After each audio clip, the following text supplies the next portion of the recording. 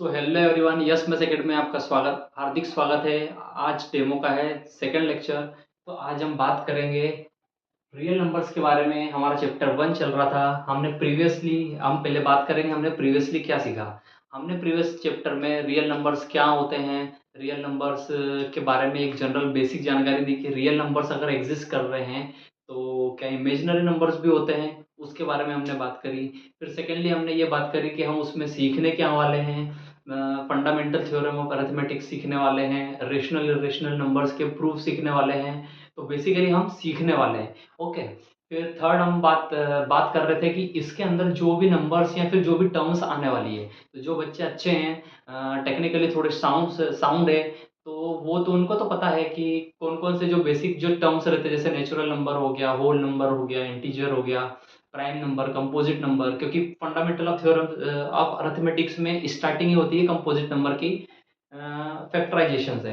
तो जो basic basic जो टर्म्स यूज में होने वाली है ऑल ओवर द पूरे मैथ्स के लेक्चर्स में, तो उनके बारे में हम थोड़ा बेसिक्स क्लियर कर रहे थे अभी तक। और उसके साथ में जैसे कि कुछ और जो बेसिक चीज़ें रहती है, जैसे फैक्टराइजेशन करना, मल्टीप्लिकेशन करना, एडिशन, सब्सट्रैक्शन, तो इन सारी चीज़ों के बारे में भी हम आगे बात करेंगे। तो ये बात हमारी इसलिए चल रही है क्योंकि हम चाह रहे हैं कि एक फाउंडेशन बिल्डअप हो। फाउंडेशन के बेसिस पे हम अगर बात करें तो बच्चे के दिमाग में क्लिक होना चाहिए कि हाँ, इसकी डेफिनेशन मेरे पास है। अगर मैं इंटीजर बोल रहा हूँ, positive integer, negative integer, non zero positive integers, तो नॉन नेगेटिव इंटीजर्स, तो ये जो सारी बातें होती है, ये सारी जो बातें हैं, ये बच्चे को क्लिक होना चाहिए कि किस चीज़ के बारे में बात हो रही है। अदरवाइज़ बात चलती रहेगी तो मैथमेटिक्स जो है ये थोड़ा कैलकुलेशंस का काम तो है, लेकिन समझ का काम भी है। क्योंकि बेसिकली हम सबको मैथमेटिक्स को रियल लाइफ में यूज़ भी करना है। तो अगर हम चीज़ों को अच्छे से नहीं समझते, उनकी बेसिक डेफिनेशंस हमें नहीं पता है, जैसे कि सिंपल इंटरेस्ट, साधारण ब्याज, और कंपाउंड इंटरेस्ट, मिश्र धन, तो ये जो सारी चीज़ें हैं, बहुत सारे लोग इनमें कन्फ्यूज़्ड हो रहते हैं। तो क्यों? क्योंकि वो कैलकुलेशंस की ओर भगते हैं, उनका बेसिक्स नहीं जान पाते। तो बेसिक्स जान पाना बहुत ही ज़्यादा इम्पोर्टेंट रहता है। इसीलिए हमने क्लास के स्टार्टिंग में 2 पेज मैंने बोला ही था कि जो भी बच्चे हैं उन्हें 2 चीज़ें रखनी है अपने साथ में। एक है अपनी नोटबुक, सेकंड है अपनी क्लास की बुक, मैथमेटिक्स की क्लास 10th की बुक। तो बुक से हम जैसे मैं पैरेलल में पढ़ाते जाऊँगा, और जैसे ही मैं बोलूँगा कि बुक्स का पेज नंबर 1 खोलो, पेज नंबर 2 खोलो, तो बच्चा वहाँ पे जाएगा। मैं बोलूँगा इस चीज़ को मार्क करो, इस चीज़ को प्रॉपर पढ़ो, इस चीज़ को अंडरलाइन करो, तो बच्चा उस चीज़ को अंडरलाइन करता है, स्टूडेंट उस चीज़ को अंडरलाइन करते हैं। तो एक ये हो गई। सेकंड, मैंने 2 पेज स्टार्टिंग में नोटबुक के हर चैप्टर के स्टार्टिंग में खाली रखने के लिए, इसलिए वो 2 पेज इसलिए खाली रखने के लिए बोले थे कि उसमें हम मैथमेटिक्स में कैलकुलेशंस तो है, लेकिन हम उसमें थ्योरी लिखेंगे।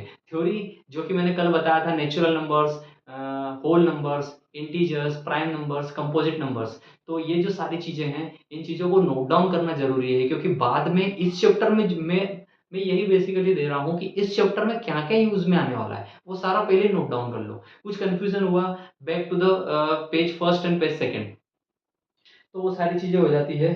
हमने पढ़ा था कि रियल नंबर्स क्या होते हैं। रियल नंबर्स में थोड़ा-सा रिकैप मार लेते हैं। हमने एक नंबर लाइन बनाई थी, ठीक है? हमने एक नंबर लाइन बनाई थी, बीच में रखा था 0, 1, 2, 3, 4, 5।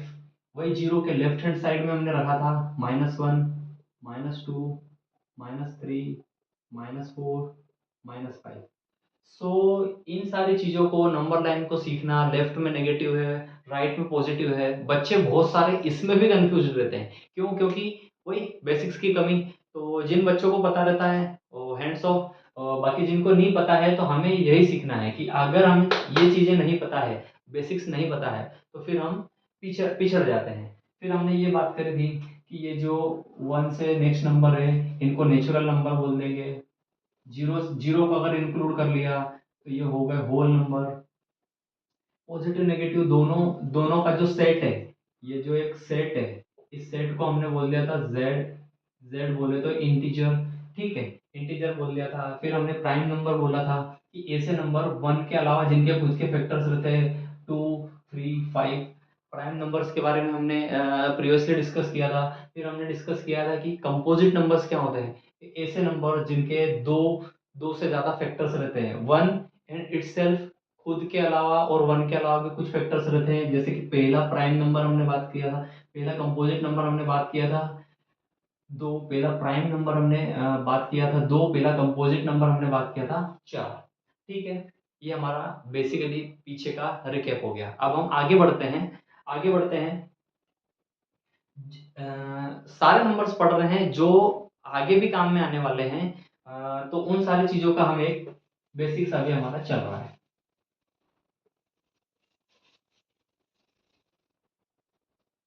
पढ़ाने को डायरेक्ट भी हम जा सकते थे फंडामेंटल थ्योरम ऑफ अरिथमेटिक में, लेकिन मेरा यही उद्देश्य है कि इसमें भले आपने आधा घंटा ज़्यादा दिया, लेकिन अगर आपको सारी चीज़ें समझ में आ जाती है तो फिर वो उन चीज़ों को कोई नहीं है, मतलब कि वो मतलब दाएं हाथ वाला खेल हो जाता है। तो इसलिए हम नेक्स्ट नंबर की ओर बढ़ते हैं। नेक्स्ट नंबर हमारा जो है, हमने पहले पढ़ लिया था नेचुरल नंबर, फिर होल नंबर, फिर उसके बाद में इंटीजर था। तो दो तीन चार, हमने टोटल 5 नंबर पढ़ लिए थे प्रीवियस क्लास में। अभी 6 नंबर, अभी 6 नंबर जो हम पढ़ने वाले हैं वो हो जाएगा हमारा number even number. Even number जिसको बोला जाता है सम संख्या।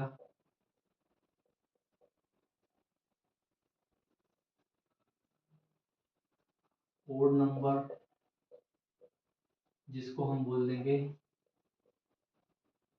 विषम संख्या।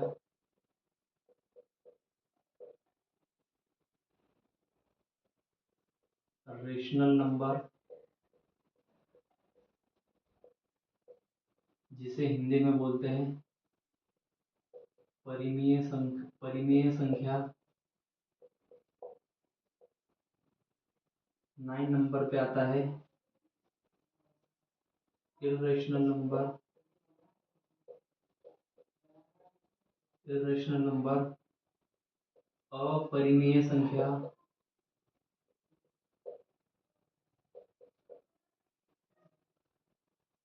10 नंबर पे आ जाएगा आपका रियल नंबर।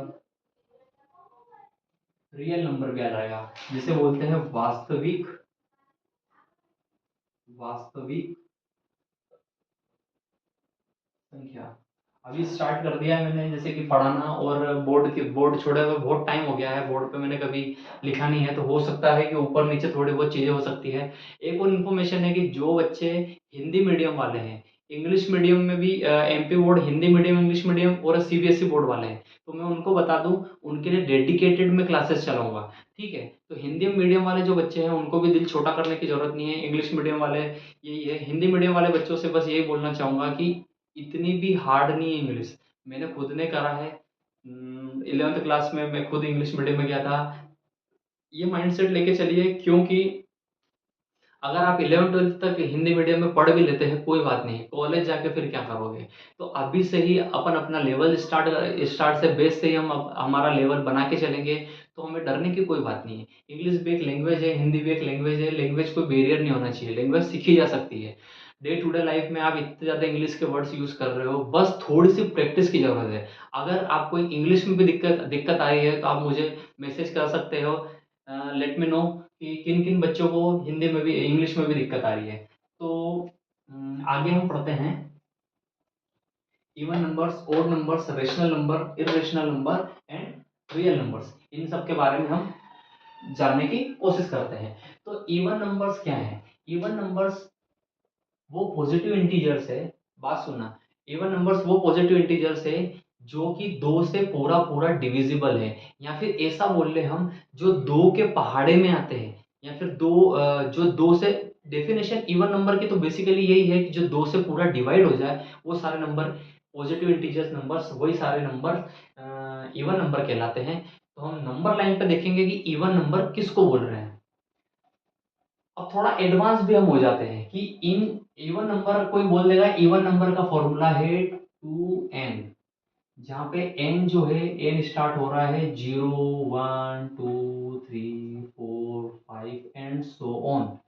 तो ये जो इवन नंबर्स है वो आपको फॉर्मूला दे देगा 2n। और n इज इक्वल टू 0 1 2 3 4 5 6 और बोल देगा ये सारी इवन नंबर्स का फॉर्मूला है, ये सत्य है या फिर असत्य है, ट्रू और फॉल्स। तो बेसिकली इन चीजों को भी, जो हम चीज बोलते हैं उनको मैथमेटिक्स में कैसे एक्सप्रेस किया जाता है, ये मैंने बता दिया। ठीक है, अब नेक्स्ट, इवन नंबर मैंने बोला कि ऐसे नंबर्स जो कि दो से डिविजिबल है। ठीक है, ऐसे नंबर्स जो दो से डिविजिबल है। नंबर लाइन पे हम चलते हैं, तो ये देखो जीरो, जब जीरो रखा यहाँ पे टू, टू एन की जगह, जब एन की जगह पे जीरो रखा, एन की जगह पे जीरो रखा, तो ये वैल्यू जो है वो हो गई जीरो।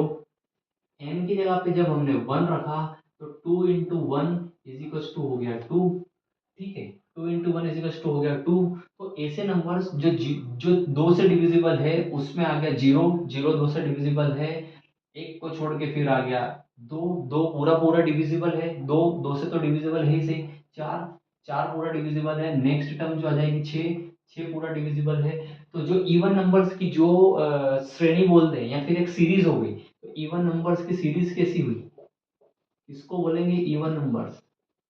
तो इवन नंबर्स के लिए ब्रैकेट में लिख लो कि इवन नंबर्स क्या है, इवन नंबर्स है जीरो, टू, फोर, सिक्स, 8, 10। तो यहाँ से आपको एक चीज समझ में आ जाएगी कि बेसिकली क्या है, जीरो को ऐड कर लो और दो का पहाड़ा बना दो, दो का पहाड़ा बना दो, दो चार छः आठ दस बारह चौदह सोलह बीस, तो ये हो गए हमारे इवन नंबर्स।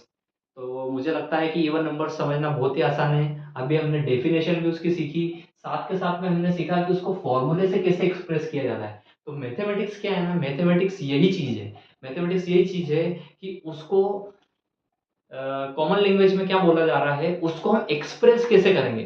तो बच्चों को ये समझने की जरूरत है कि जो जब मैथमेटिक्स रियल लाइफ में यूज में आती है तो उसको एक्सप्रेस करने के तरीके आने चाहिए।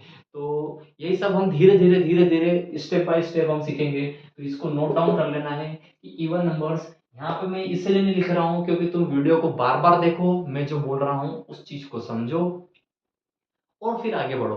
तो वो आप खुद से लिखोगे, इन सब के सामने आपको जो जितने भी नंबर्स मैंने पढ़ाए हैं उनकी डेफिनेशंस आपको खुद को लिखना है। तो खुद को लिखोगे, तो खुद की राइटिंग में लिखोगे, खुद डेफिनेशन बनाओगे, मैंने जो बोला है उस हिसाब से मैथमेटिकल फॉर्मूला लिखोगे, तो ये आपका बेस फाउंडेशन हो रहा है। ठीक है, फाउंडेशन ऑफ बेस हो रहा है, आपका बेस मजबूत हो रहा है। तो इसको नोट डाउन कर लेना। यहाँ तक हमने सीख लिया कि इवन नंबर्स क्या होते हैं।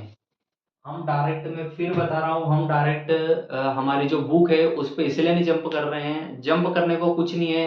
अभी तक हमारा एक चैप्टर या फिर बेसिक फंडामेंटल थ्योरम और अर्थमेटिक भी खत्म हो जाती, लेकिन हम ऐसे नहीं खत्म करेंगे। स्टार्टिंग में जैसे आपको पता ही है कि जो एरोप्लेन है, एरोप्लेन स्टार्टिंग में टेक ऑफ करने के टाइम पे उसको सबसे ज्यादा जो है मेहनत जो लगती है, या फिर जो फ्यूल खर्च होता है, या फिर थ्रस्ट डेवलप करना रहता है, पावर जो उसको यूज करनी रहती है, वो स्टार्टिंग में उसको लगती है। तो ये जो भी है, ये सब सारी चीजों में ये नियम लागू होता है। हमें स्टार्टिंग बेस मजबूत करना रहता है, उसके बाद में सारी चीजें इजी रहती है।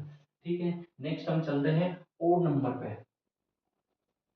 ओड नंबर की क्या डेफिनेशन है, ओड नंबर की डेफिनेशन, फॉर्मूला 2n+1, जहाँ पे n जो है स्टार्ट हो रहा है 0 1 2 3 4, ठीक है, 5 एंड सो ऑन।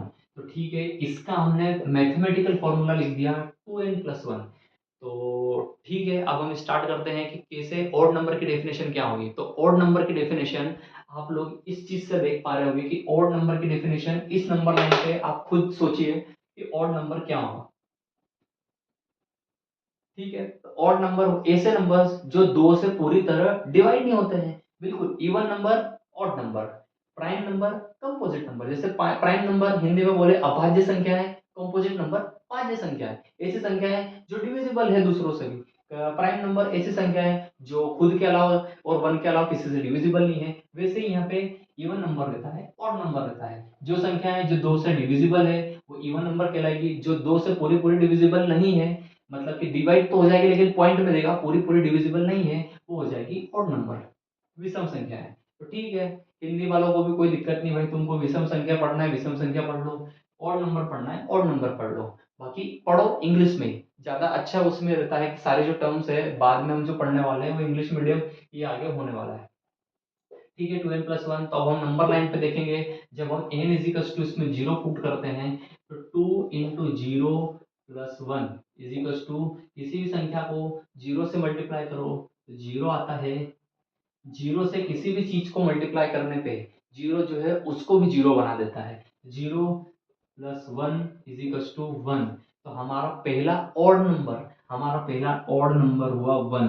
तो हमें पता भी है जीरो हमारा इवन क्यों था कि जीरो डिवाइड बाय टू करते तो जीरो पूरा पूरा टू से डिवाइड हो गया, खुद जीरो बन गया। तो हमारा पहला इवन नंबर हो गया जीरो। हमारा पहला ऑड नंबर हो गया हमारा 1। टू को हम छोड़ देंगे क्योंकि ये तो इवन नंबर है। 3, क्योंकि यहाँ पे जब आप वन डालोगे, इस फॉर्मूले में जब आप वन डालोगे तो आप देखोगे, इस फॉर्मूले में जब आप वन डालोगे तो आप देखोगे कि 2 × 1 + 1। तो दो दो 2 × 1 दो का एक में गुणा करेंगे तो दो आएगा, +1 इज टू 3। तो 1 के बाद में अगला नंबर हो गया 3। वैसे ही हम फॉर्मूले में जब हम 2 डालेंगे तो 2 × 2 + 1 टू दो का दो से गुणा करेंगे तो दो दुआ 4 +1 हो जाता है 5। तो अगला जो हमारा ऑड नंबर हुआ वो हो गया 5। तो 1 3 5। तो ऑड नंबर की भी हम सीरीज बना लेंगे, ये समझाने के लिए था, मैं मिटा देता हूँ इसको।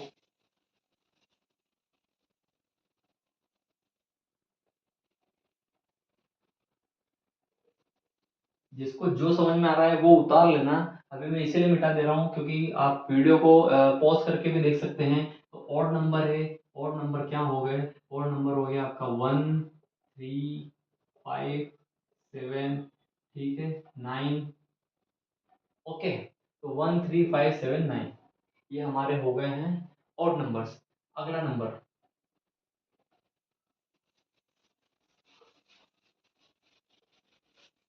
यहाँ तक मुझे लग रहा है कि आपको समझ में आ गया होगा। और सारी चीज़ों को इसी पेस पे हम धीरे धीरे अभी स्टार्ट करेंगे। जैसे ही चीज़ें समझ में आ जाएगी बच्चों से मैं कांटेक्ट में आऊँगा कि नहीं सर अब हम फास्ट अब भी कर सकते हैं, तो फिर हम फास्ट भी चलेंगे। रेशनल नंबर, ठीक है, रेशनल नंबर, इर्रेशनल नंबर। तो भैया रेशनल नंबर और इर्रेशनल नंबर, ये जो नंबर है ये नंबर्स थोड़े टिपिकल रहते हैं समझने में। बाकी जिन बच्चों को पता है ठीक है, जिन बच्चों को नहीं पता है उनके लिए मैं बता दूं, ऐसे नंबर्स बेटा जिनको हम p/q के फॉर्म में लिख सकते हैं। अब ये जो मैंने लिखा p/q, ये बहुत सारे चीज बच्चों को पढ़ाया गया होगा लेकिन ये समझ में नहीं आएगा। ये समझ में क्यों नहीं आएगा, मैं बिल्कुल आपको बता देता हूँ।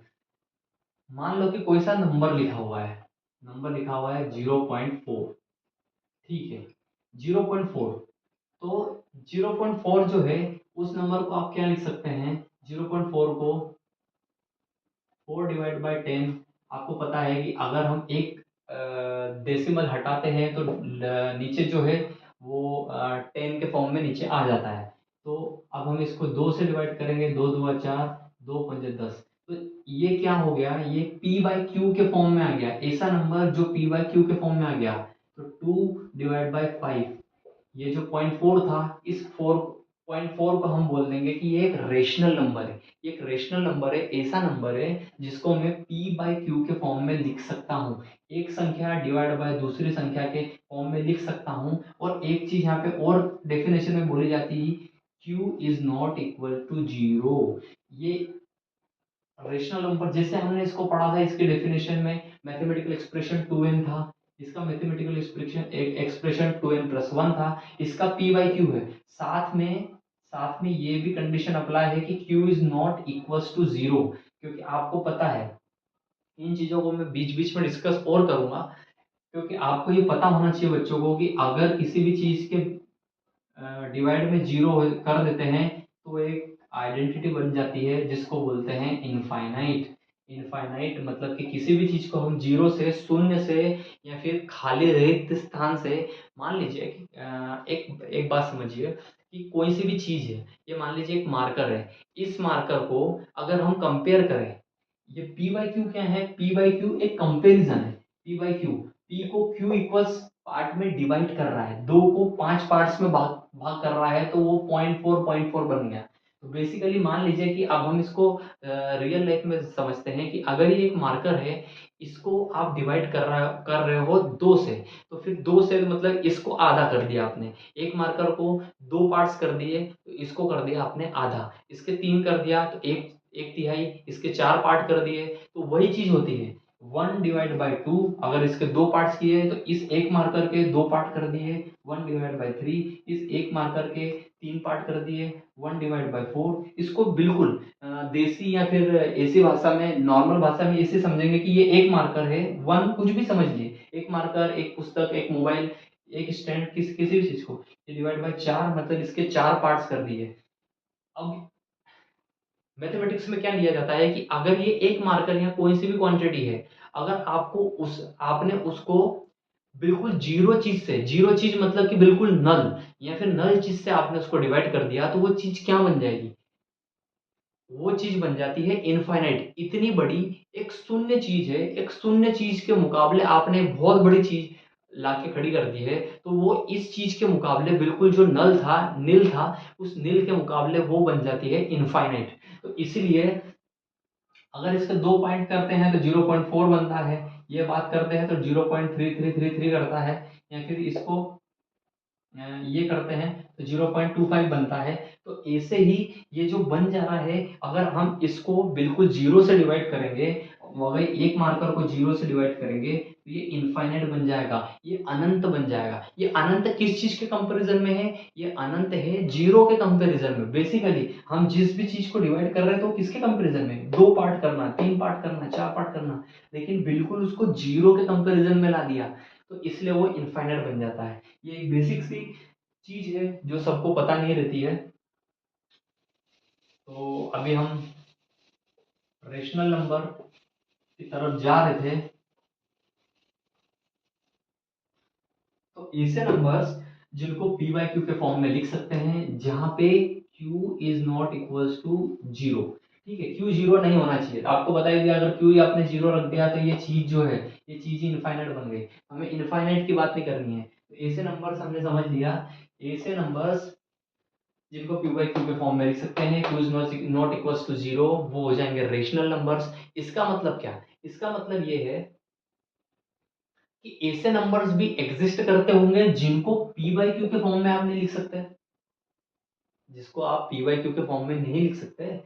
सही है, बिल्कुल। एक ऐसा नंबर है 1.414691 ये जो नंबर है, ये नंबर आप कैलकुलेट करते जाएंगे, जीवन भर कैलकुलेट करते जाएंगे, आपका कैलकुलेटर थक जाएगा, लेकिन ये जो नंबर है, ये नंबर खत्म नहीं होने वाला है। ये नंबर नहीं खत्म होने वाला है। इस नंबर को आप, जैसे आपने 0.4 को 2/5 लिख दिया था, जैसे आपने 0.5 को आप 1/2 लिख देते हो, जैसे आप 0.25 को 1/4 लिख देते हो, इन नंबर्स को आप ये लिख पा रहे हो ना, तो ये सारे होंगे रेशनल नंबर्स। बट ये ऐसे नंबर्स रहते हैं जिनको आप इस फॉर्म में नहीं लिख सकते कि ये 1/4 है, 1/2 है, 2/5 है, इस फॉर्म में नहीं लिख सकते। तो ऐसे नंबर जो है कॉन्ट्ररी में कहलाते हैं इररेशनल नंबर्स, जिनकी वैल्यूज जो है इनफाइनाइट तक चलती जा रही है। आप उसको किसी एक में सम ऑफ नहीं कर सकते, मतलब आप एक निचोड़ नहीं निकाल सकते। तो ये हो गए हैं जैसे √2, जिसकी वैल्यू 1.414619 और इनफाइनाइट तक जारी है।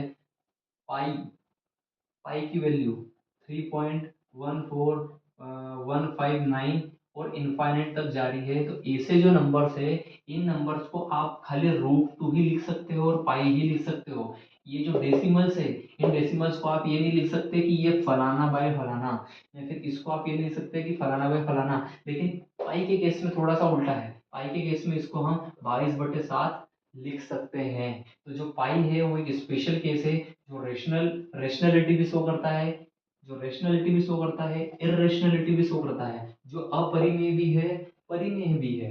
तो इसके ऊपर भी बहुत सारे डिस्कशंस है। लेकिन अगर हमारी एग्जाम में आता है तो पाई को हम एक इररेशनल नंबर की तरह ट्रीट करते हैं। ठीक है। अगर किसी को लग रहा है तो इस चीज़ को नोट डाउन वो आराम से बड़े आराम से कर सकता है। यही यही ऑनलाइन क्लासेस का फ़ायदा है कि आराम से उसको पॉज करो वीडियो को, पीछे जाओ, वापस समझो। तो ठीक है, हमने एक नंबर समझा, ठीक है। अभी हम थोड़ा सा मोटा मोटा नॉलेज ले रहे हैं इन चीज़ों का, जहाँ पे जैसा यूज़ पड़ेगा हम उस चीज़ को वैसा समझेंगे। तो बेसिकली हमने समझ लिया कि रेशनल नंबर्स ऐसे नंबर्स है जिनको पी बाई क्यू के फॉर्म में लिख सकते हैं। इरेशनल नंबर्स ऐसे नंबर्स है जिनको हम पी बाई क्यू के फॉर्म में नहीं लिख सकते। इरेशनल नंबर्स को हम पी बाई क्यू के फॉर्म में नहीं लिख सकते। ठीक है, ये सारी बात हो गई। ये जो लास्ट में एक नंबर था, इसके पहले मैं एक और नंबर आपको बताना चाहता हूँ। रियल नंबर जो हमारा चैप्टर का नाम है, वो चैप्टर का नाम के पहले एक और नंबर है जो कि हमें बड़ा ही काम में आने वाला है। उस नंबर को बोलते हैं को प्राइम नंबर। ठीक है, को प्राइम नंबर। को प्राइम नंबर्स क्या होते हैं? ठीक है, हमने देख लिया प्राइम नंबर्स क्या होते हैं, जिनके हमने देख लिया था कि प्राइम नंबर्स होते हैं 2 3, ठीक है, 5 7 9 नहीं आएगा, उसमें आएगा 11, ठीक है, 13 15 17। तो ऐसे नंबर्स जो खुद के और वन के अलावा डिविजिबल नहीं होते हैं वो होते हैं प्राइम नंबर्स। तो को prime numbers basically prime number से होते हैं, बट ये किसी दो दो नंबरों को डिनोट कर रहा है, ए नंबर और बी नंबर। तो ये दोनों है ना को प्राइम रहेंगे। को प्राइम कब रहेंगे? क्योंकि इनके बीच का जो कॉमन जो चीज रहेगी वो रहेगी बस एक। इन दोनों के बीच के इन दो दो नंबरों को, ए और बी को हम को प्राइम नंबर तभी बोलेंगे जब उनके बीच में ज्यादा से ज्यादा एक नंबर कॉमन हो। जैसे 2 और 3 को लो, 2 को आप लिख सकते हो 2 × 1, 3 को आप लिख सकते हो 3 × 1। कुछ बच्चों को इसमें भी कंफ्यूजन रहता है कि 2 को 2 × 1 क्यों लिखा, 3 को 3 × 1 क्यों लिखा। तो बेसिकली आपको ये चीज सीखना है कि जब जब हमें जरूरत पड़ेगी जिस चीज की, हम उस चीज का प्ले में ले आते हैं, उस चीज का हम यूज करते हैं, उसके बाद में ही हम वापस हमारे बैक टू द वर्क आ जाते हैं। तो 2 को 2 × 1, 3 को 3 × 1, दोनों के बीच में हाईएस्ट कॉमन, इसी को बोला जाता है एसीएफ। इसके इस चीज के बारे में हम बाद में भी चर्चा करेंगे, हाईएस्ट कॉमन फैक्टर के बारे में। तो इन दोनों के बीच में जो है कॉमन जो आया वो कॉमन आ गया है 1। तो ऐसे प्राइम नंबर्स, को प्राइम नंबर्स दो प्राइम नंबर्स है जिनके बीच में हाईएस्ट कॉमन फैक्टर 1 रहता है। अब देख लो 3 और 5 के बीच में हाईएस्ट कॉमन फैक्टर 1, 5 और 7 के बीच में 1, 3 और 7 के बीच में 1। तो ये को प्राइम नंबर्स क्या है? एक जोड़ा है। को प्राइम नंबर क्या है ना? एक जोड़ा है, दो नंबर जिनके बीच में हाईएस्टली जो कॉमन है एक है। तो ठीक है, सारे प्राइम नंबर्स का एक जोड़ा बना लिया। तो ऐसे प्राइम नंबर्स का जोड़ा बना लिया जिनके बीच में हाईएस्ट कॉमन 1 है। ठीक है, इस चीज को लिख लिया होगा। Next 11th number. अब हम आ जाते हैं हमारे 11th नंबर पे। 11th आ गया,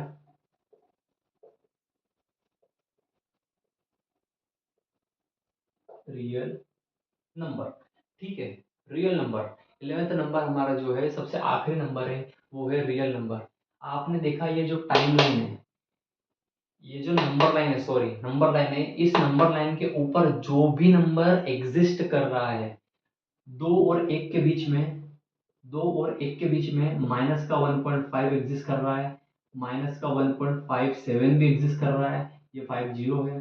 माइनस का 1.61 भी एग्जिस्ट कर रहा है, यहाँ 1 और 2 के बीच में 1.69 एग्जिस्ट कर रहा है, यहाँ पे 2.57 एग्जिस्ट कर रहा है। तो ये जो सारे नंबर्स जो कि इस टाइम लाइन इस नंबर लाइन पे एग्जिस्ट कर रहे हैं, वो सारे नंबर्स कहलाते हैं रियल नंबर्स। क्यों? क्योंकि वो एग्जिस्ट करते हैं। रियल नंबर्स का हमने हिंदी में पहले ही बात करी थी, वास्तविक वास्तविक संख्या, रियल नंबर्स। तो वो बेसिकली एग्जिस्ट करते हैं। और कल हमने प्रीवियस वीडियो में ये भी बात करी थी कि ऐसे नंबर्स भी रहते हैं जो कि इमेजिनरी रहते हैं, जो इमेजिनरी फॉर्म में रहते हैं। जो हमने बात करी थी इमेजिनरी, रूट रूट का -1 इजिकल्स टू इमेजिनरी नंबर। ठीक है, जिनको कॉम्प्लेक्स नंबर भी बोला जाएगा बाद में, कि a + i भी कॉम्प्लेक्स नंबर्स भी बोला जाएगा। तो इसलिए जो रियल नंबर्स है उनके ऑपोजिट भी नंबर एग्जिस्ट करते हैं, जिनकी बात नेक्स्ट क्लास 11th क्लास में की जाएगी। तो हम जो पढ़ने वाले हैं वो है रियल नंबर्स। रियल नंबर्स, इस नंबर लाइन पे एग्जिस्ट करने वाला हर एक नंबर रियल नंबर कहलाता है। ठीक है, तो अब हम एक चीज समझ लेते हैं कि इसके ऊपर क्या क्या एग्जिस्ट करेगा। अभी तक हमने जितने भी जो सारी चीजें पढ़ी है उन चीजों का एक समअप कर लेते हैं, इसको उतार लेना आप, और एक समअप कर लेते हैं। एक नंबर सिस्टम हमने जितना भी पढ़ा उसको एक बार में समअप कर लेते हैं।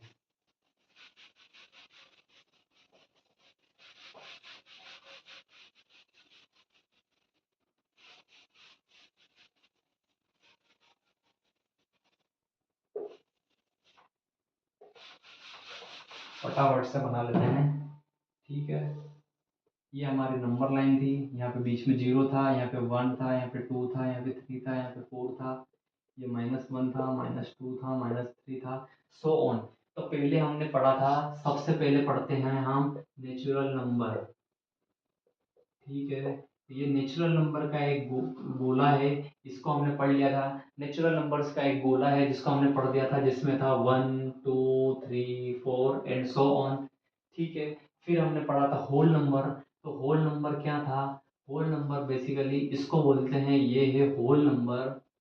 ठीक है, ये है होल नंबर। होल नंबर में हमने पढ़ा था कि 0 1 2 3 4 5, हमने इसमें जीरो को एड अप कर लिया था। ठीक है, नेक्स्ट जो गोला आता है, ये जो सारे नंबर है 0 1 2 3 4 5, इसके बाद में -1 -2 -3 -4, ये सारे नंबर्स का हमने जो नाम दिया था, ये हो गया था नेचुरल नंबर, ये हो गया था होल नंबर। इन सारे नंबर्स का हमने जो नाम दिया था, ये सारे सेट को, उसको बोला था हमने इंटीजर। ठीक है, थोड़ा अगर छोटा लग रहा है या फिर बोलने में या फिर दिखने में कमी नजर आ रही है, तो मैं आगे से मैं ध्यान रखूंगा इस चीज का। अभी तक क्या है ना, तब तक है ना तुम बात सुन के इसको समझ जाओ। तो फिर इंटीजर्स आ गए, तो हमने देखा इंटीजर्स में क्या है, होल नंबर है, नेचुरल नंबर है। सारे नेचुरल नंबर में हमने जीरो ऐड कर दिया, होल नंबर बन गया। होल नंबर के साथ में हमने -1 -2 -3 -4, ये जो सारे नंबर्स हमने कर लिए, तो ये क्या हो गया, इंटीजर्स हो गया, इंटीजर्स। ठीक है, फिर हमने लिया है रेशनल नंबर्स। ठीक है, फिर हमारे पास में आया रेशनल नंबर्स। ठीक है, जो कि पी बाई क्यू के फॉर्म में थे। तो ठीक है, ये जो सारे नंबर्स थे, एक रेशनल नंबर्स हमने यहाँ पे ले लिए। ये रेशनल नंबर्स में ये अधिकतर चीजें जो है पी बाई क्यू के फॉर्म में, और यहाँ पे हमने देख ली थी इरेशनल नंबर्स।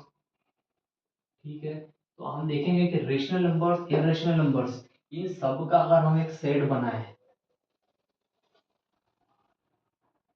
तो ये जो कहलाते हैं, ये कहलाते हैं रियल नंबर्स। ये जो सेट बना, ये हो गया रियल नंबर्स। तो रियल नंबर्स में आपके नेचुरल नंबर्स आ गए, आपका होल नंबर आ गया, आपका इंटीजर आ गया, आपका पी बाई क्यू फॉर्म वाले नंबर्स आ गए, आपके इरेशनल नंबर्स आ गए। ठीक है, ये सारे नंबर जो है, ये सब इसमें आ गए रियल नंबर्स में। ठीक है, रियल नंबर्स के बाद में एक दुनिया और रहती है, जैसे मैंने आपको बताया था, रियल नंबर के बाद में एक दुनिया और रहती है, जिसको बोलते हैं इमेजिनरी। इमेजिनरी,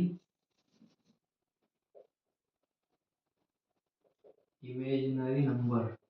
ठीक है, आयो, आयोटा, इनका एक सेट रहता है। और जब इन सारी चीजों का जब हम एक सेट बनाएंगे, उनको बोल देंगे कॉम्प्लेक्स नंबर।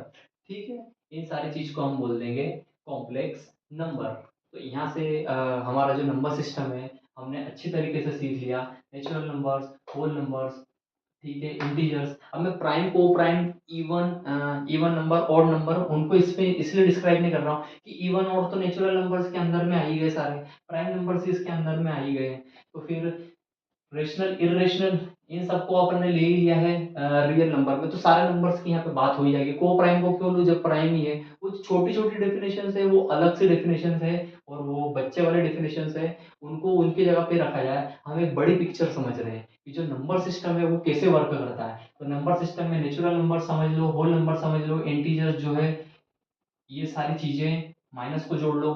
ठीक है, रेशनल नंबर्स में पी वाई क्यू फॉर्म वाले, ये सारे नंबर्स जो कि पी वाई क्यू फॉर्म में लिख सकते हैं। ऐसे इरेशनल नंबर जो पी बाई क्यू के फॉर्म में नहीं लिख सकते हैं, उनका एक सेट बन गया, वो भी सब इसकी इस नंबर लाइन के ऊपर ही आ रहे हैं।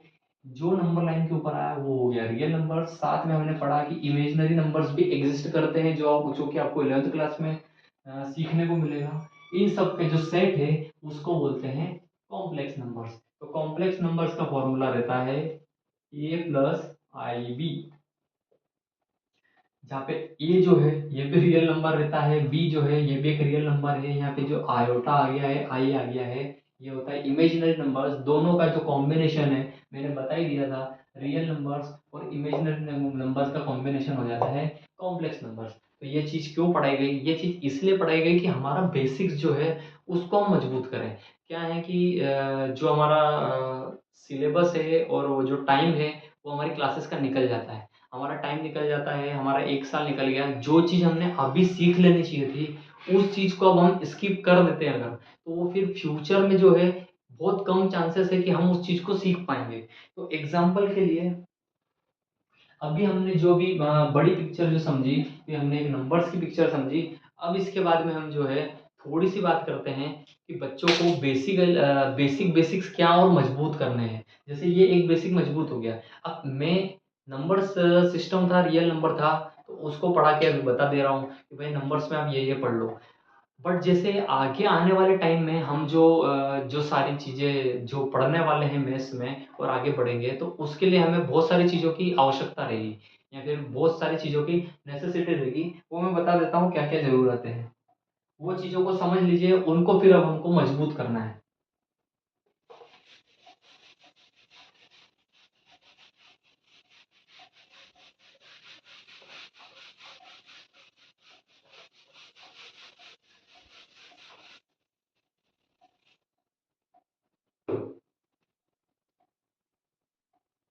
अब आपके बच्चों को और हम सबको क्या सीख के रखना है, अगर पूरा मैथ्स स्ट्रॉन्ग करना है, पूरा मैथ्स स्ट्रॉन्ग करना है, उस चीज़ के बारे में हम आगे पहले बात कर लेते हैं। आगे तो हम जाएँगे ही सही, चैप्टर से स्टार्ट करेंगे। चैप्टर जो है जो फर्स्ट चैप्टर रहेगा, अभी हमने रियल नंबर सीख लिया है। इसके बाद में जो फंडामेंटल थ्योरम रहेगी, वो मैं आपको बुक से पढ़ाऊँगा। वो सारी चीज़ें हम समझेंगे, लेकिन हमें सबसे पहले वर्क किन चीज़ों पे करना है, पहले हम उस चीज़ के बारे में बात कर लेते हैं। हमें पहले प्री प्रिपरेशन क्या करना है, हमें पहले क्या सीखना है।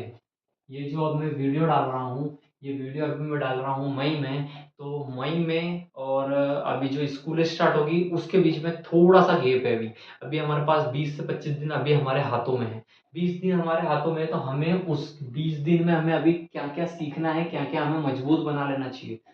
मेरे कॉन्टेक्ट में रहोगे तो मैं वो सारी चीज़ें पहले ही अभी बता देता हूँ कि हमें और क्या सीखना है।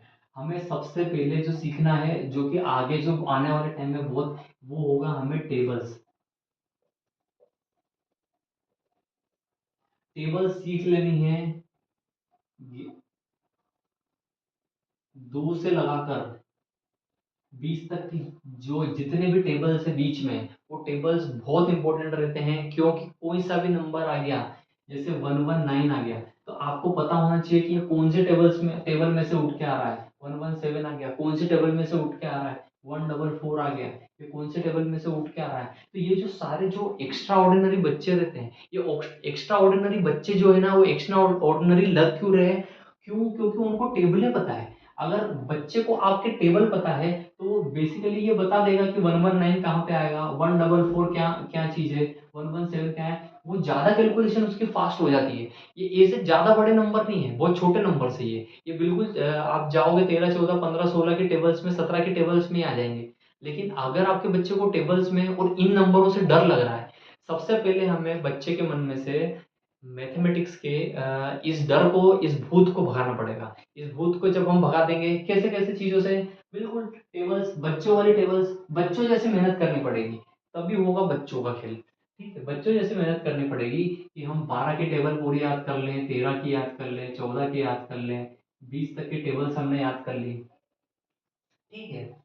जो प्रीवियस क्लास में हमने सीखा था, तो सबसे पहले तो हमारा, मैंने बता दिया कि हमें सीखना क्या है, तो सीखने में नंबर 1 हो गया टेबल्स। सेकंड सेकेंडली हमें, वो भी बिल्कुल बच्चे वाली चीज़ है, सुनने में बहुत ही अजीब लगेगा, लेकिन बेटा एडिशन, सब्सट्रैक्शन और मल्टीप्लिकेशन।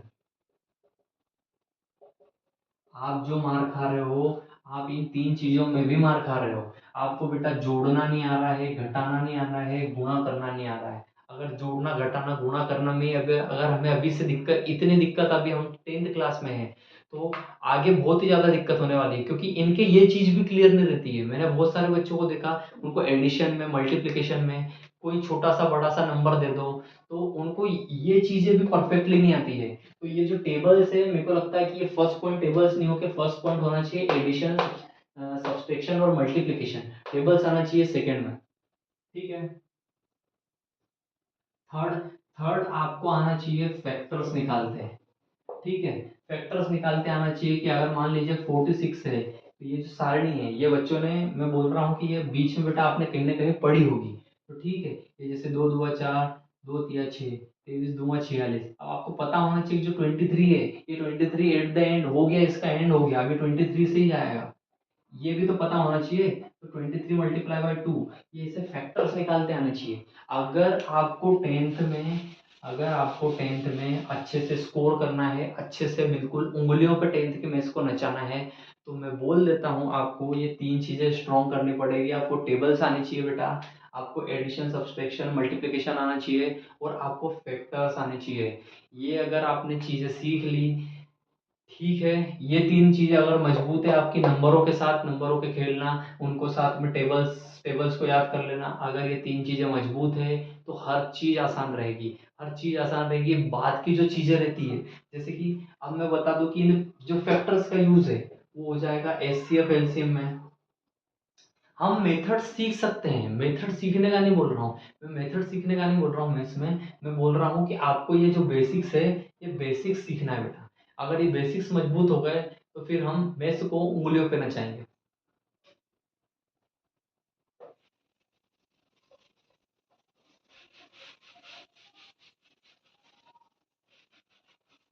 आगे हम बात करते हैं कि ये हमारी हो गई सीखने की बात।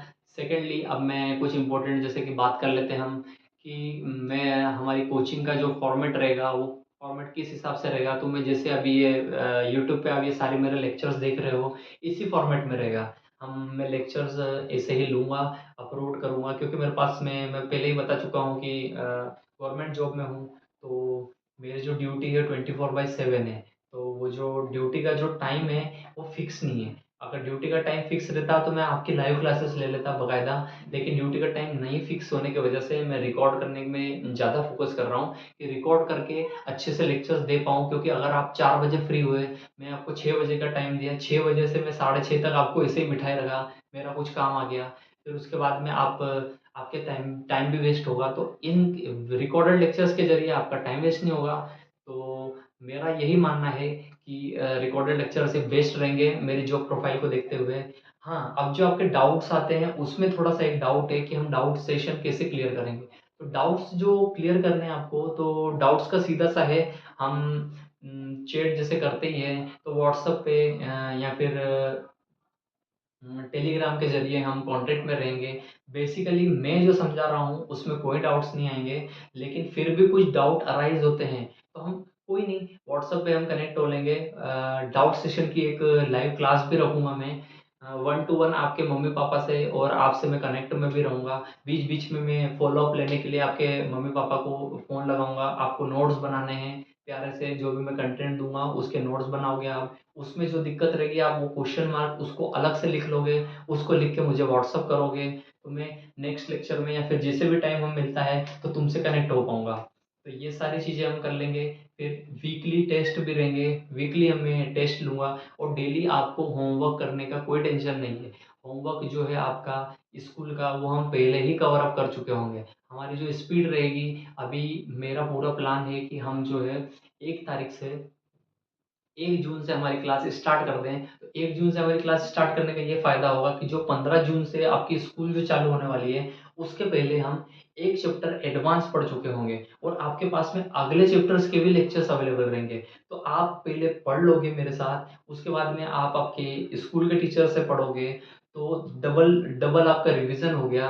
आप नोट्स बनाओगे, मैं जो दे रहा हूँ उसके नोट्स बना चुके होंगे, तो उन नोट्स को टैली कर लीजिए। जो भी वो एक्स्ट्रा चीज़ जो भी हमारे टीचर्स हमें सिखाते हैं, ऐसा नहीं बोल रहा हूँ मैं ही सब कुछ पढ़ाऊँगा, उनके पास भी बहुत नॉलेज है, वो जो नॉलेज देंगे उसको हमने नोट डाउन कर लिया। वो जो 2 पेजेज़ मैंने दिए हैं, उन 2 पेजेज़ में उसको नोट डाउन कर लिया। इसी के बीच में मैं वेरी इंपॉर्टेंट वीआईपी क्वेश्चंस आपको दूँगा। वीआईपी क्वेश्चंस दूँगा मैं आपको, वेरी इंपॉर्टेंट क्वेश्चंस दूँगा, वो सारे सॉर्ट आउट करेंगे। और फिर एक टेस्ट लूँगा, हर एक चैप्टर के एंड में एक टेस्ट होगा। वो टेस्ट क्वेश्चन पेपर मैं डिज़ाइन करूँगा, किस हिसाब से डिज़ाइन करूँगा, आपके बोर्ड एग्ज़ाम के ज़रिए के जैसे। तो फिर वो आप दोगे, फिर मैं एनालिसिस करूँगा। तो इस दौरान हम बिल्कुल साथ में रहेंगे, कोई घबराने की ज़रूरत नहीं है कि मैं लाइव नहीं ले रहा हूँ। लाइव से बेटर मुझे लगता है कि रिकॉर्डेड लेक्चर से रहेंगे। इसी बीच-बीच में हम जो हमारे फ्यूचर से लेके आपके कॉन्टैक्ट में रहूँगा, आपके इंटरेस्ट जानूँगा, व्हाट्सएप कॉल होती रहेगी। तो हम फिर पता कर पाएँगे कि हमें फ्यूचर में और क्या करना चाहिए। तो इसी सब को ध्यान में रखते हुए मैंने ये डेमो क्लास दी थी कि आप लोगों को सब समझ में आ जाए कि किस हिसाब से पढ़ाने वाला हूँ। अच्छे से मुझे लगता है कि समझ में आ रहा होगा। अभी मुझे टाइम भी हो गया है, तो मैं वापस मेस की ओर लौट के आया हूँ। अच्छे तरीके से कुछ खूब मुझे भी प्रिपरेशन लग रही है, बट मैं मेरा जितना हो सके अपना नॉलेज अच्छे से आपके लिए बाँटूँगा और अच्छे से डिलीवर करने की कोशिश करूँगा। और ये बात तो मैं निश्चित तौर पर बता सकता हूँ आपको कि हमें मेस में घबराने की कोई ज़रूरत नहीं है। मैं वहाँ पे रह चुका हूँ, मैं करके देख चुका हूँ, कोई घबराने की ज़रूरत नहीं है। तो इस हिसाब से फिर हम मिलते हैं हमारी अगली क्लास में। रियल नंबर्स को हम आगे बढ़ाएँगे हमारी क्लास में। जब तक के लिए डेमो क्लास को कैसी लगी है मुझे बताइएगा, फिर आगे हम बात करते हैं। हमारी नेक्स्ट क्लास में बुक से हम पढ़ेंगे, तो आगे फिर हम नेक्स्ट क्लास में मैं आपसे मिलता हूँ, बात करते हैं। तब तक के लिए bye, good night, take care.